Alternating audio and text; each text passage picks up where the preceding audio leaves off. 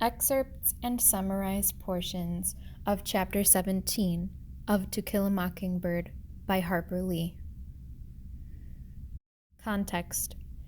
The court scene begins with Atticus interrogating Heck Tate, Macomb's sheriff, about his account of what happened the day on which Mayella Ewell, Bob Ewell's daughter, claims Tom Robinson raped her. "Did you call a doctor, Sheriff? Did anybody call a doctor?" asked Atticus. "No, sir," said Mr. Tate.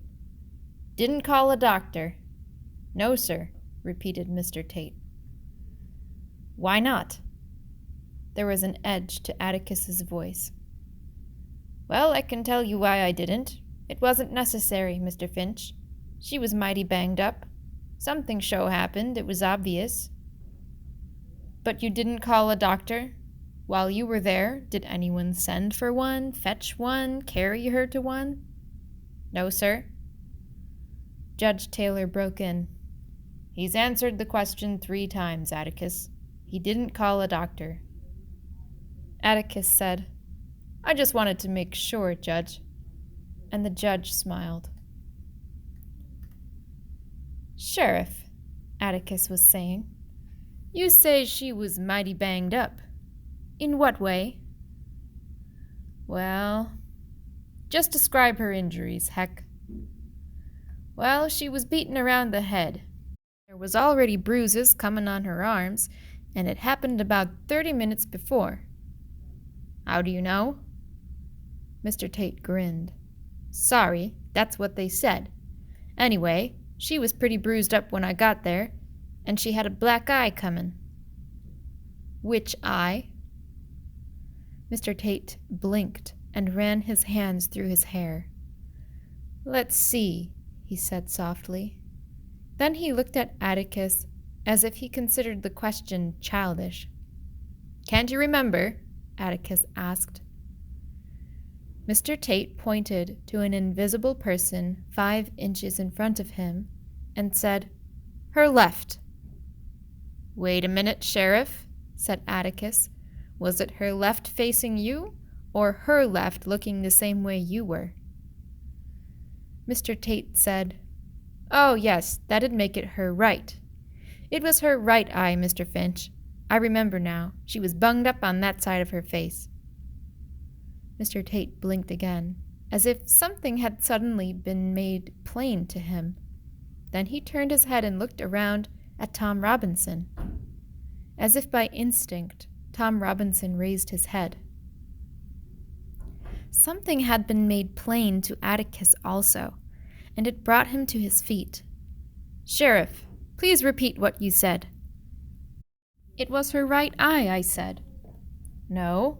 Atticus walked to the court reporter's desk and bent down to the furiously scribbling hand. It stopped, flipped back the shorthand pad, and the court reporter said, "Mr. Finch, I remember now she was bunged up on that side of the face." Atticus looked up at Mr. Tate. "Which side again, Heck?" "The right side, Mr. Finch, but she had more bruises. You want to hear about 'em?" Atticus seemed to be bordering on another question, but he thought better of it and said, "Yes, what were her other injuries?"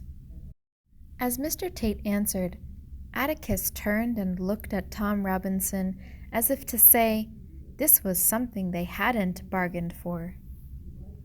"Her arms were bruised and she showed me her neck.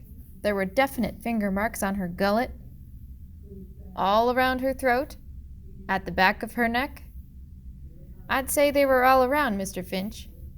"You would?" "Yes, sir. She had a small throat. Anybody could have reached around it with—" "Just answer the question, yes or no, please, Sheriff," said Atticus dryly, and Mr. Tate fell silent. Mr. Tate steps down from the stand, and Atticus examines Mr. Ewell next. "Robert E. Lee Ewell." When he turned around to take the oath, we saw that his face was as red as his neck. We also saw no resemblance to his namesake. A shock of wispy, new-washed hair stood up from his forehead. His nose was thin, pointed, and shiny. He had no chin to speak of. It seemed to be part of his crepey neck. "So help me God," he crowed. Maycomb's Ewells lived behind the town garbage dump, in what was once a cabin for black people. The cabin's plank walls were supplemented with sheets of corrugated iron, its roof shingled with tin cans hammered flat, so only its general shape suggested its original design, square, with 4 tiny rooms opening onto a shotgun hall. The cabin rested uneasily upon 4 irregular lumps of limestone. "Well, the night of November 21, I was coming in from the woods with a load of kindling, and just as I got to the fence, I heard Mayella screaming like a stuck hog inside the house." Here Judge Taylor glanced sharply at the witness, and must have decided his speculations devoid of evil intent, for he subsided sleepily. "What time was it, Mr. Ewell?" "Just 'fore sundown. Well, I was saying Mayella was screaming fit to beat Jesus." Another glance from the bench silenced Mr. Ewell. "Yes, she was screaming?" said Mr. Gilmer. Mr. Ewell looked confusedly at the judge. "Well, Mayella was raising this holy racket, so I dropped my load and run as fast as I could, but I run into the fence. But when I got distangled, I run up to the window and I seen—" Mr. Ewell's face grew scarlet. He stood up and pointed his finger at Tom Robinson. "I seen that black N-word yonder ruttin' on my Mayella." "Mr. Ewell," Atticus began, "folks were doing a lot of running that night. Let's see. You say you ran to the house. You ran to the window. You ran inside. You ran to Mayella. You ran for Mr. Tate. Did you, during all this running, run for a doctor?" "Wasn't no need to. I seen what happened." "But there's one thing I don't understand," said Atticus. "Weren't you concerned with Mayella's condition?" "I most positively was," said Mr. Ewell. "I seen who done it." "No, I mean her physical condition.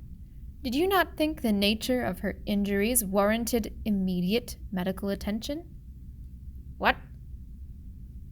"Didn't you think she should have had a doctor, immediately?" The witness said he never thought of it.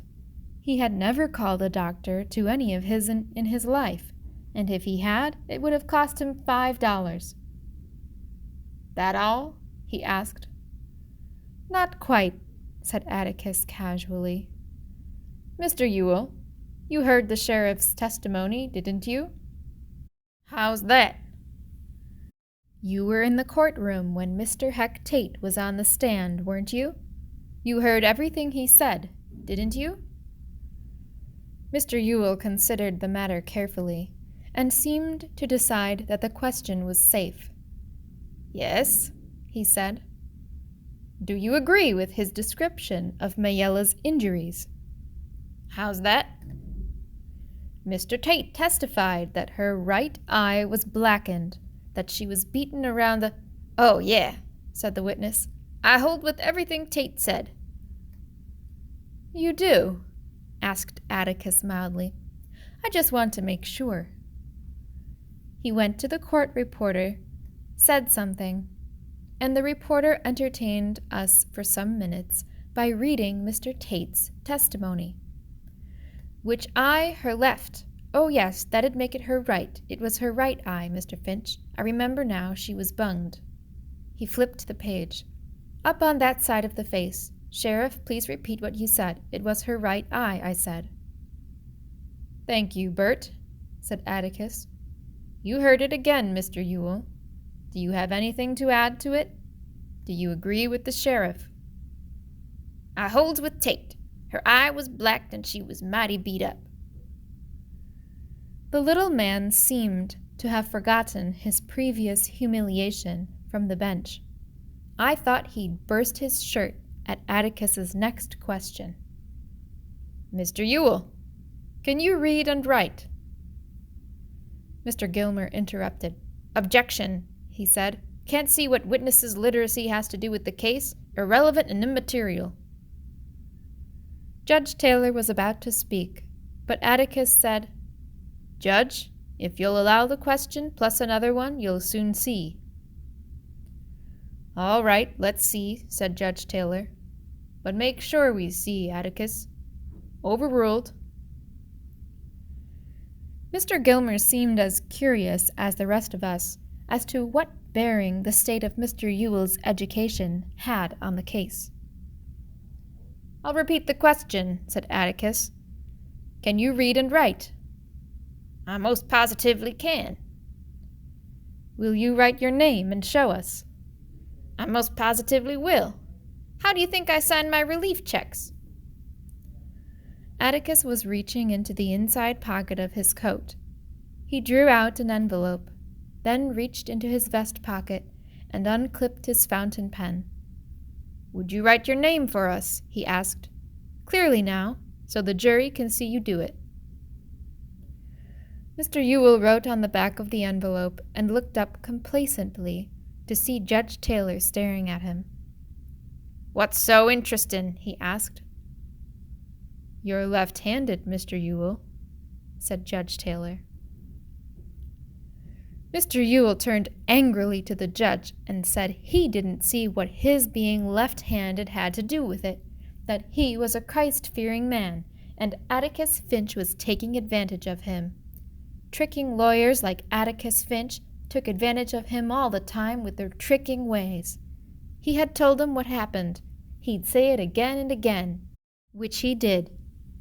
Nothing Atticus asked him after that shook his story, that he'd looked through the window, then ran the N-word off, then ran for the sheriff. Atticus finally dismissed him. Atticus was trying to show, it seemed to me, that Mr. Ewell could have beaten up Mayella. That much I could follow.